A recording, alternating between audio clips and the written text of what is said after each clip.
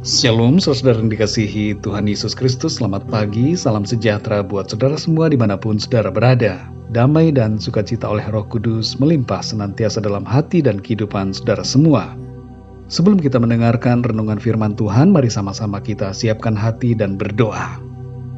Bapa kami yang di sorga, Bapa di dalam nama Tuhan Yesus Kristus, kami mengucap syukur untuk penyertaan-Mu, perlindungan-Mu di sepanjang malam hingga pagi hari ini. Kembali saat ini kami boleh bangun dengan kekuatan yang baru dan tubuh yang sehat diberkati Tuhan. Saat ini kami mau mendengarkan kebenaran firman-Mu. Jamah kami ya Tuhan, berikan kami pengertian untuk dapat memahami akan kehendak-Mu. Terima kasih Tuhan, dalam nama Tuhan Yesus kami berdoa. Haleluya, amin. Saudara yang dikasih Tuhan, nats Alkitab kita pada saat ini terdapat dalam Injil Matius 23 ayat 1-10.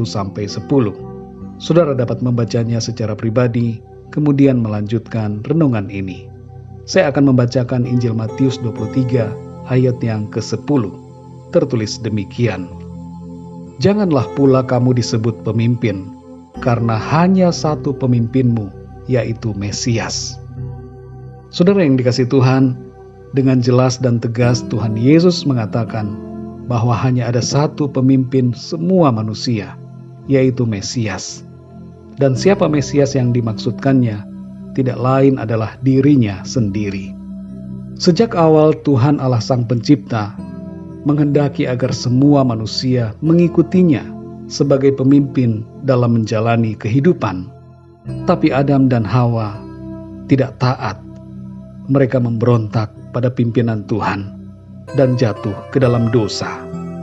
Ketika Musa dan bangsa Israel dipimpin keluar oleh Tuhan sendiri dari perbudakan di Mesir menuju ke tanah perjanjian, Tuhan menghendaki bangsa itu tunduk pada kepemimpinannya. Awalnya memang mereka bersikap demikian, tapi ketika mereka sudah berada di tanah perjanjian, di zaman Nabi Samuel, mulailah bangsa ini meminta seorang raja untuk memimpin mereka. Nabi Samuel sempat merasa kesal atas permintaan mereka. Tapi Tuhan berfirman dalam 1 Samuel 8 ayat 7, dengarkanlah perkataan bangsa itu dalam segala hal yang dikatakan mereka kepadamu. Sebab bukan engkau yang mereka tolak, tetapi akulah yang mereka tolak, supaya jangan aku menjadi raja atas mereka. Meminta seorang raja untuk memimpin merupakan bentuk pemberontakan terhadap kepemimpinan Tuhan. Sejak itulah bangsa Israel dipimpin oleh seorang raja, dan terus silih berganti hingga genap waktunya Allah sendiri datang sebagai manusia. Kehadiran Allah sebagai manusia, yaitu Tuhan Yesus Kristus ke dunia untuk mengambil kembali kendali kepemimpinan atas bangsa pilihannya, dan bukan hanya itu, tapi atas semua bangsa di dunia yang adalah ciptaannya. Tuhan Yesus adalah Mesias, artinya adalah bahwa Dia adalah Tuhan atas segala Tuhan dan Raja atas segala Raja, dan hanya kepada Dia saja kita harus tunduk dan taat. Saudara yang dikasihi Tuhan, perlu kita pahami dari ayat ini, Tuhan Yesus sedang menyatakan bahwa dirinya adalah Tuhan yang harus kita semua ikuti dan taati. Sebab dalam menyebutkan bahwa hanya satu saja pemimpinmu, Tuhan Yesus sedang berbicara tentang kepemimpinan yang tertinggi yang harus kita akui dan taati, yaitu Tuhan sendiri. Saudara yang dikasihi Tuhan, pesan firman Tuhan buat kita melalui ayat-ayat ini adalah, ikutilah Tuhan Yesus sebagai pemimpin atas seluruh kehidupan kita. Tunduklah dan taatlah kepadanya dalam segala aktivitas kita setiap hari.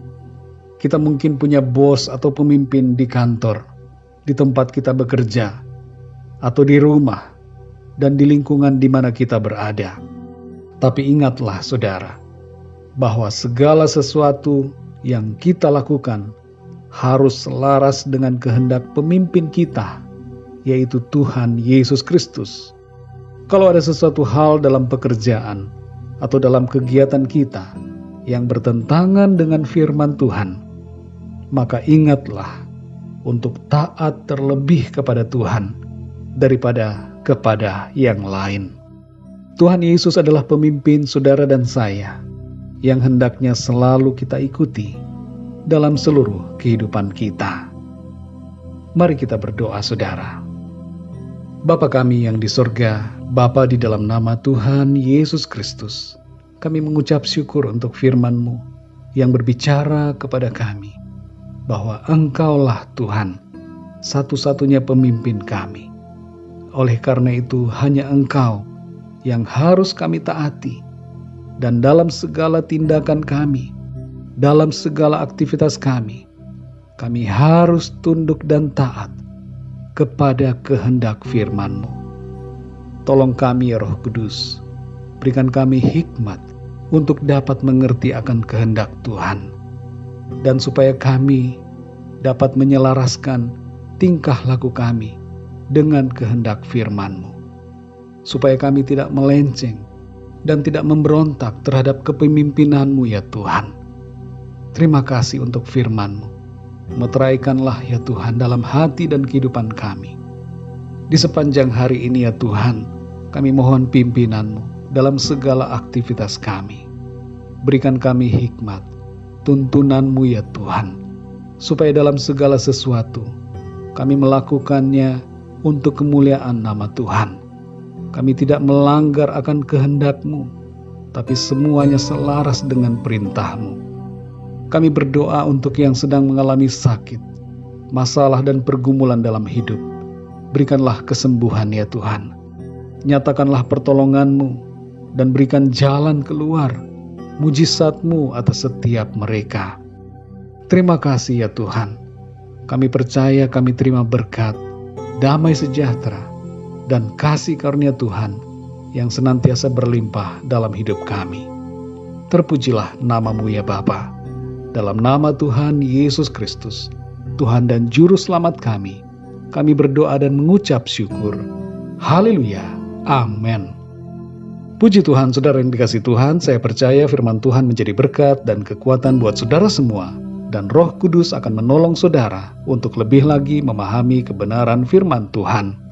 Tuhan Yesus memberkati saudara semua. Sampai jumpa dalam renungan yang berikutnya. Haleluya.